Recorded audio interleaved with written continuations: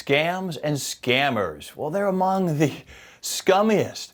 Unfortunately, their ranks are multiplying, and their increasingly favorite target are retirees.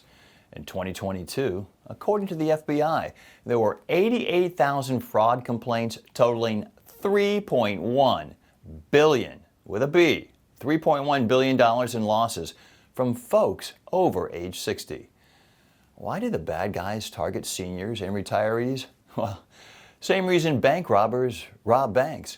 That's where the money is, or so they think.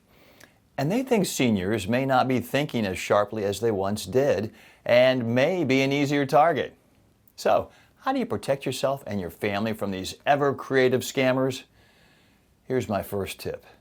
Do this one thing and you won't even need the rest that involve phone scammers. Here it is. Rule number 1.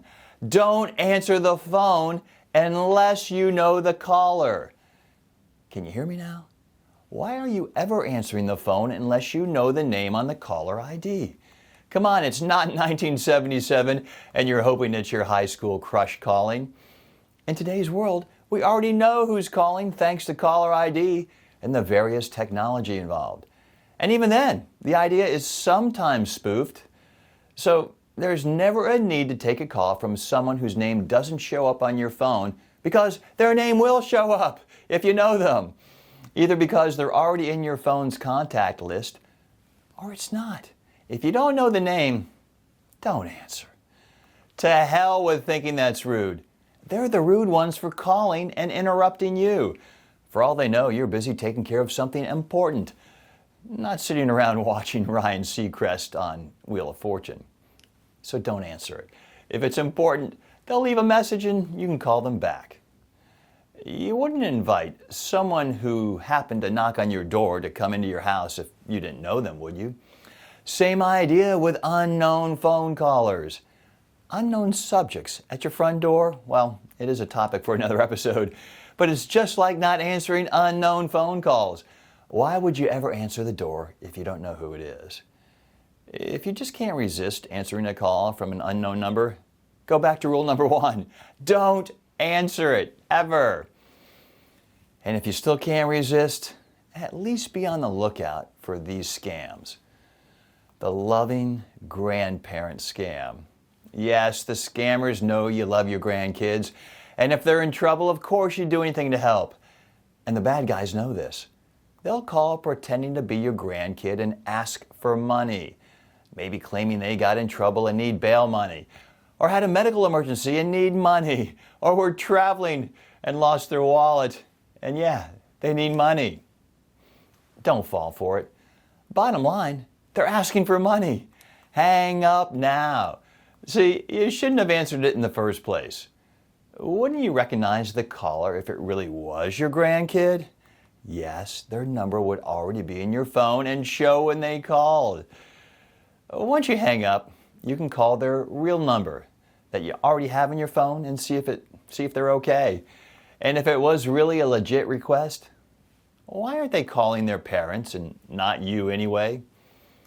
All right, here's another imposter scam to be aware of. This imposter isn't posing as a grandkid or family member, but a person in a position of authority. Someone pretending to be from the Social Security Administration, maybe the IRS, or even Medicare. Never give them passwords or bank account information over the phone.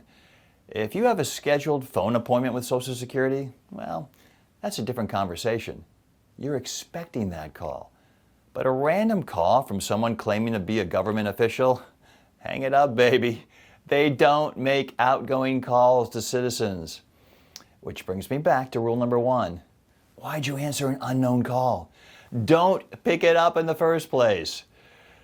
Not only fake grandkids or fake government officials, but fake businesses take part in the imposter game. Bad guys pretending to be from the electric company may threaten to turn off your power if you don't pay up. Don't fall for it or anything similar. Same with callers claiming you won a lottery or other prize that requires you to pay something up front to get it. Okay, we all want a little loving, but don't fall for so-called romance scams. If you've never met your potential suitor in real life, don't send them money to come visit you. That is a big scam alert. And anyone claiming they can get you abnormally high investment returns if you only send them money ahead of time to invest, hang up immediately. Rule number 1 again, don't pick up the phone from unsubs, unknown subjects. Be cautious and skeptical. If something doesn't feel right, you're probably right. It isn't right. Trust your gut. Trust your instincts. Don't trust random calls you picked up. Better yet, don't pick up random calls. Have I made that clear yet? Rule number 1, don't answer a call unless you know who's calling. In the meantime, you know it's me, so keep on watching more of my episodes. We'll see you inside.